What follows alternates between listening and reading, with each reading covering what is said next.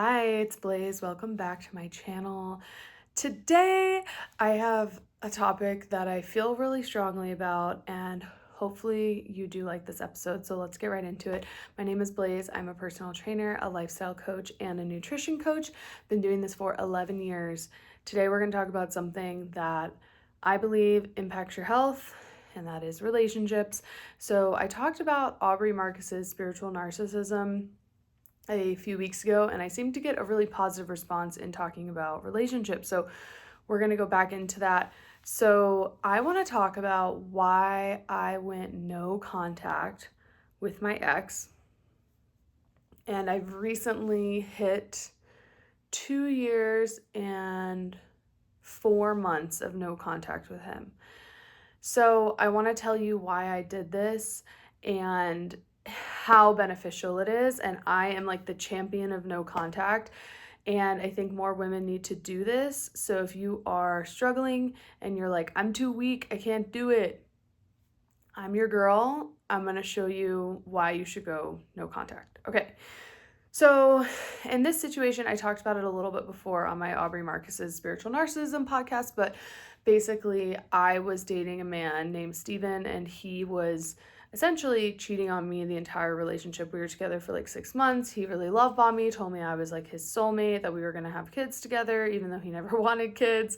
And then he was actually cheating on me with this girl that was his ex, even though they were still together. So when I found out all of this, the worst part was that I felt still so biologically connected to him, because as women, that is in our nature. Like, we attach, especially if we've had sex with someone. So after I found out about like all of this happening, it was 4 days before I was going on a trip to Europe by myself, because I'm just at the point where if I'm in a relationship or I'm single, I don't care. I'm still booking trips, and I'm kind of just doing things like my normal way that I would do them as if I was single, because I'm not afraid to go to Europe by myself. It's actually really quite enjoyable. And so I had booked this trip, and I knew that he wasn't going to come with me, but I was like, whatever, I don't care, because I just like going to Europe in the winter. So 4 days before, I find out that he's cheating on me, and he like admits to all of these lies, and he had been completely lying through his teeth to me, and I caught him in all of it because she was commenting on his Facebook post. And so I was like, okay, like I'm pretty sure this is the ex. Like, why the fuck is she commenting hearts on his Facebook post? So I finally called him out on it because I had like more concrete proof, even though there were other signs. Trust me, there were other signs. And yeah, so he admitted to everything. And I'm not going to lie, when I went to Europe, this was in January of 23, I was still in contact with him a little bit, like on and off, because like I said before, I was like biologically addicted to him. He had been giving me highs and lows. Like, we would have like a week apart, and then when we would come back together, it would feel so amazing.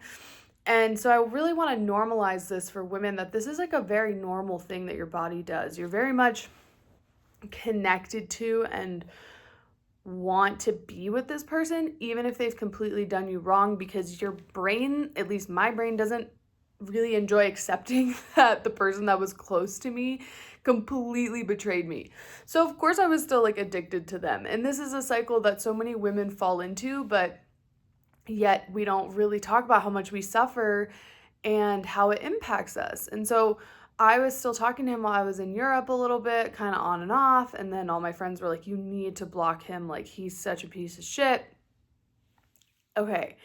Then I come back from Europe at the end of January, and I see him, and yeah, so I saw him once after we broke up, because we broke up on FaceTime, and then when I got back from Europe, I agreed to see him, which was a mistake.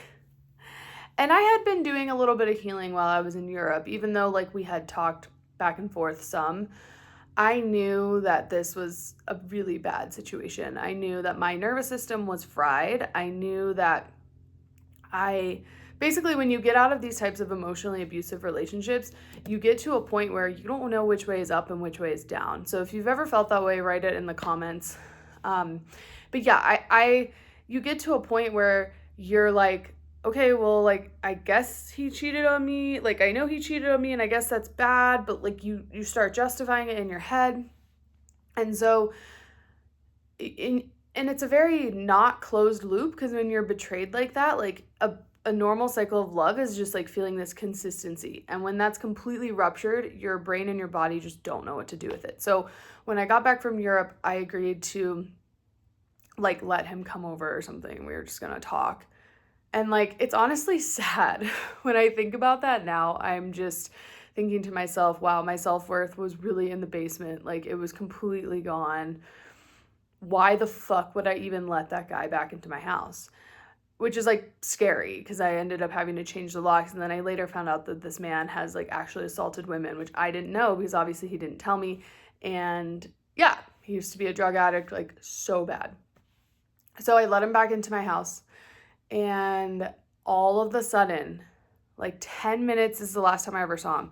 10 minutes into him being there, I start shaking. And that was always my response around him, was just shaking, because every time I would try to speak up or say something that doesn't feel good for me, he would completely gaslight me and degrade me and make me feel like what I was asking for was way too much, even if it was like, hey, I need you to be consistent with plans with me, because he was cheating, so he always had to juggle 2 girlfriends. And then he would make me feel like shit about it. So anyways, he gets there. I just start shaking. Like, even thinking about it makes me feel pretty uncomfortable. So I'm shaking.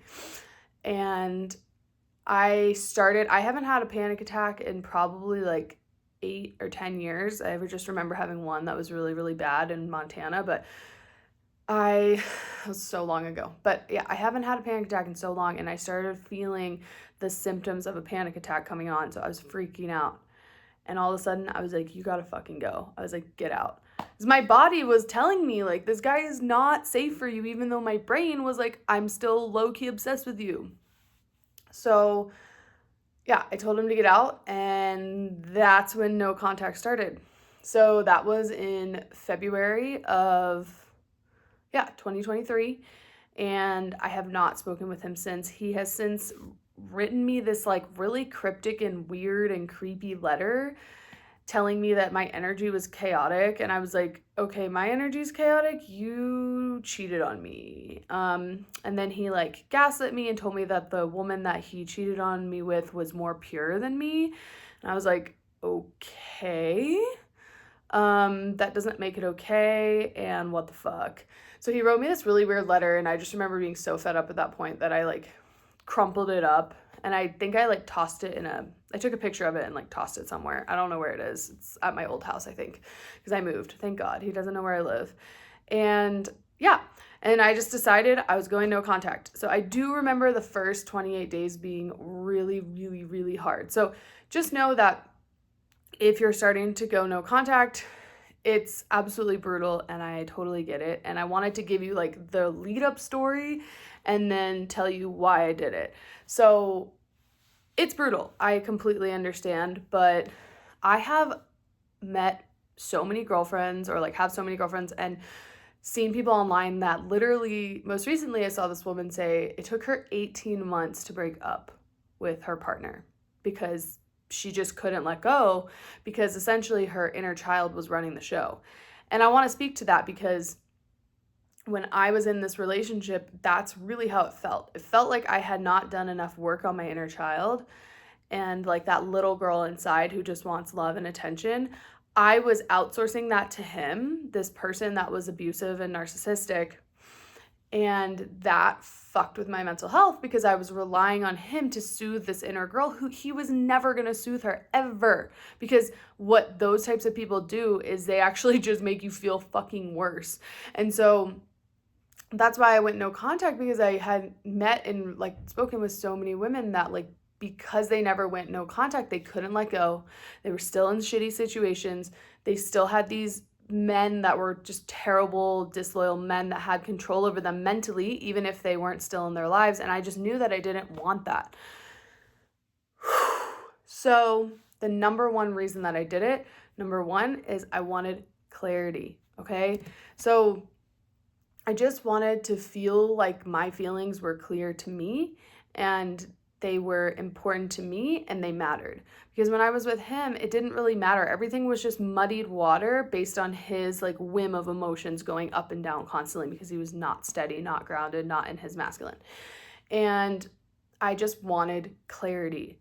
So if you're in a shitty situation right now, this is my number one reason to go no contact is you need to have clarity. There's no way you can really know if someone is right for you or if a situation is right for you if you don't have clarity, okay? So go into it with that aspect. Number two, that's really, really important is going to be peace, okay?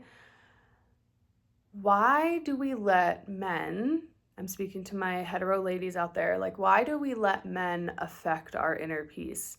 This is something that I think is why I was single for a long time. Technically, I guess most recently I've only been single for a little less than 2 years. But before that it was like 5 years. Why do we let guys affect our mental health? Like so many women. I have so many friends. They're like, I had a friend tell me yesterday she was climbing with her partner and the climb was so beautiful, so she was so happy, but her partner was treating her like shit, and so she was crying halfway through the climb. And this is like a multi-pitch climb where there's like a lot of like feet. Like this is not like you go up and come down. This is like she's climbing like multiple 100 feet.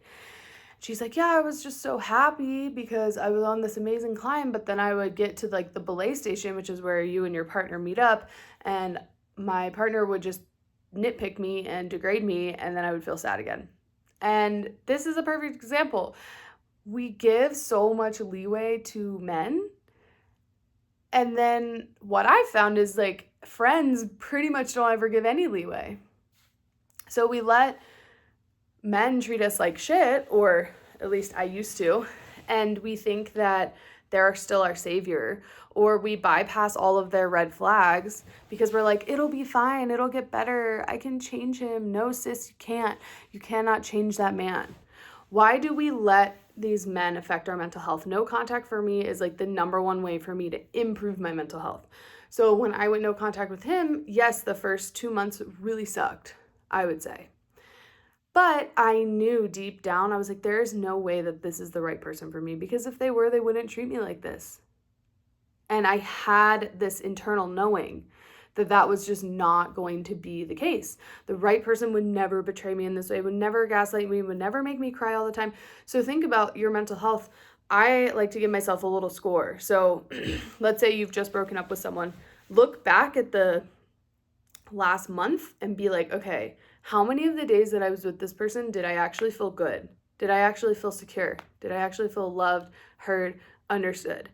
So I was giving myself like a red, yellow, or green. Green being good, red being bad, yellow being like medium sadness. And I was finding I was either red or yellow most of the time. That is not a good sign. We cannot let people affect our mental health like this because it's fucking expensive. Like, I don't have therapy that's paid for on my insurance because my insurance sucks because I'm self-employed. I cannot let a man fuck with my mental health because it's so expensive for me. Literally, it cost me hundreds of dollars. Getting over that relationship and that betrayal cost me thousands of dollars in therapy and coaching. Absolutely insane. I would so much rather keep my mental health and invest that money in developing myself. Okay, so mental health is number 3. Number 4, we have to learn to connect back into our intuition as women. This is something that I believe has been robbed from us from modern society. So I had this friend who told me, I was like, well, what's your intuition telling you? She was in the process of like leaving someone. And she was like, honestly, I don't even know. And that's a sign that we have to get back in our bodies.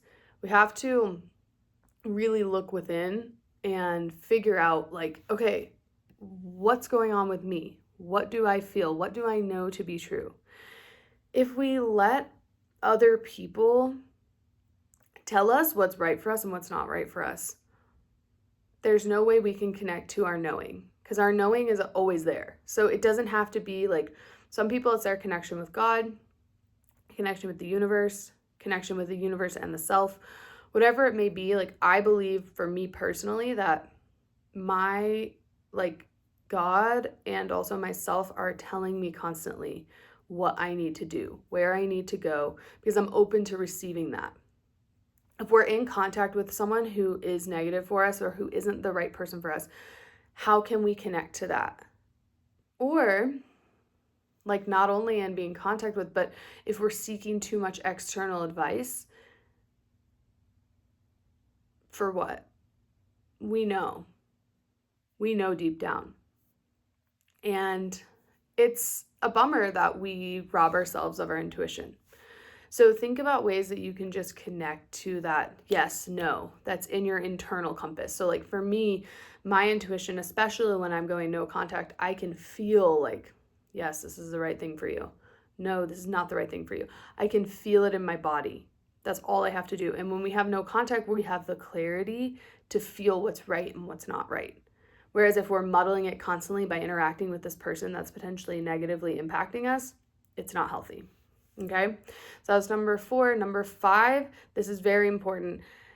Going no contact tells the universe, I am not dealing with this behavior. I'm not fucking doing it. Okay, so this is why going wish-washy is just, in my opinion, not healthy. So like if you break up with someone but you're still in contact, or you're still having sex with them, or you're still seeing them, it tells the universe or God, whoever you want to believe it is, that you're like, I will accept this treatment. And if that's the treatment you want, great.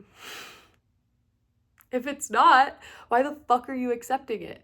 Like, other examples of this, I've seen friends be treated like trash from a guy, and then they wonder why it continues to happen. It's like, well, you're still dating him, so you still are telling the universe that this is the treatment you want.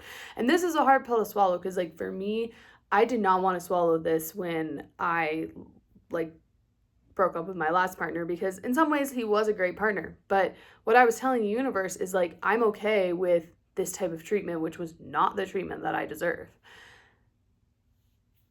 So we had to walk away from that. Was not fun. Was not cute. Fucking sucks. Okay? I'm in it right now. But I'm not going to settle for less than I deserve. And when we go no contact, we tell the universe, okay, that's in the past. I'm not dealing with that. The next time I'm with someone, it's going to be like this. It's going to be better. It's going to be more stable. It's going to be more consistent. Okay, number 6, we have 3 more. Steadiness. So I found when I went no contact from my previous ex from 2 years ago or whatever, I just felt like I got my mental health back. I felt like, oh, I'm fucking fine. Because the reality is I'm a relatively stable person. I'm grounded. I have great self-love practices. I work out all the time. I eat healthy. I don't do substances. So I'm generally pretty grounded. And if I have someone who's tossing me on a highs and lows roller coaster, guess what? I do not feel grounded. So going no contact helps with steadiness, like steadiness in the heart, steadiness in the body, and most importantly, steadiness in the mind. So you want to feel steady, even if okay, so when I was in a relationship, sometimes I would be really high because I get dopamine and oxytocin. So highs, lows, or even in my past where it was most recent relationship was high to medium, high to low, back up to medium to high. That's a fucking roller coaster. When I am emotionally sober from someone I'm going no contact with, I'm steady here. And I think this is better, because even though I'm not maybe getting as high of highs, my lows aren't coming. Okay, this is very important. So no contact allows you to feel more steady. Whereas when you're in contact with someone that maybe isn't your person or isn't treating you right, you're still succumbing yourself to the highs and lows, and I don't believe those are healthy. So you want to have that steadiness. Okay, number 7 is trust. Another story time. When I first moved here 4 years ago, I was determined to get a boyfriend. So what did I do? I decided I was going to go on the apps and go on 3 to 4 dates at least a week. Okay, this is fucking insanity. I was not trusting. Okay, this is slightly different than like no contact, but it's the same principle. I was seeking so heavily, and I wish I could go back and console that person, that girl 4 years ago, but I can't. But I can console her now, and I can tell you that you have to learn to trust the timing of your life. It's so easy to like fall into society's like, find a partner and find him now before you get fucking old. It's like, okay, this is depressing. I'm 32. But I remember doing some coaching last year and just releasing all timelines. Like I released it all. I stopped caring about being alone for the holidays, stopped caring about not having a partner. And then literally like 3 weeks later, I got a boyfriend. And it was a good relationship. Didn't work out, but like you have to just learn to trust and do less. So when you go no contact, you're saying, universe, I trust you. I trust that you are going to give me the right person and the right time, because if this person was really right for me, we would not be no contact right now. We have to start trusting ourselves, ladies. Like, seriously, stop giving away your power to these men. Like, when you're gonna stick to your guns about something, stick to your fucking guns. This is huge.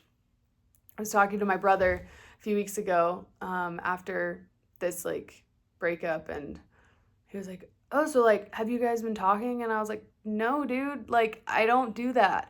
When I decide on something, I fucking decide. Now, that doesn't mean I might not, like, break no contact in the future or whatever. Like, I don't know what's going to happen in the future, but my point being is, like, trust yourself enough to stick to your guns. Trust yourself enough to not feel like you need to force anything like I was when I was going on 3 or 4 dates a week. Maybe I think I was going on more, honestly. It was bad, like multiple a day. So probably more like 5 to 7 dates, because I wasn't trusting. I wasn't trusting that the right person was going to come to me. I wasn't trusting that love is for everyone. I just wasn't trusting it. And now, even though I'm going through this breakup and men are asking me out, I'm like, no, I'm not doing this yet. I'm going to take a month. My goal, I'm going to take 1 month. And then when I'm ready, I'll go back in. Okay, and the last one is I'm happier. You're going to be happier when you go no contact. It's pretty much like going no contact is like withdrawing from a drug. So it fucking sucks. Like I told you, the first few months of me doing that, like I would have moments where I felt so fucking weak and I just wanted to text this person, because again, it was like my inner child wanted this consoling, wanted this love. You have to just realize that you're going to be happier when you go no contact. Even if you're not happier like right away, you'll be happier eventually when you do this. So think about your future happiness instead of your right now current sadness. This is really important. Are you going to be happier when this guy is not ruining your life? The answer is yes. Yes. You can devote time to your friends, your family, your work, your workouts, eating healthy, going to bed early. Like, you can develop yourself so much more than when you're trying to stay with someone who's clearly not for you. And this is why I'm just personally a huge fan of walking away, because I know the boomers would disagree with me. My parents would disagree with me, but like, I'm not here to try to change anyone. I am interested in dating someone who I don't have to change and who I can accept as they are. So if you look at your current partner or your ex and you cannot accept them exactly as they are right now, why the fuck are you dating them? Because the best indication of future behavior is the past. Save your happiness, ladies. Save it for someone who really deserves it and doesn't make you feel like shit, because I promise they're out there. If I've learned anything in the last year, it's that there really are amazing men out there, like amazing men, but you have to find the right one, okay? So that is why I went no contact, changed my life. I wish it for you, and let me know in the comments below what you think of this episode. Feel free to like and subscribe. I'll see you on the next one.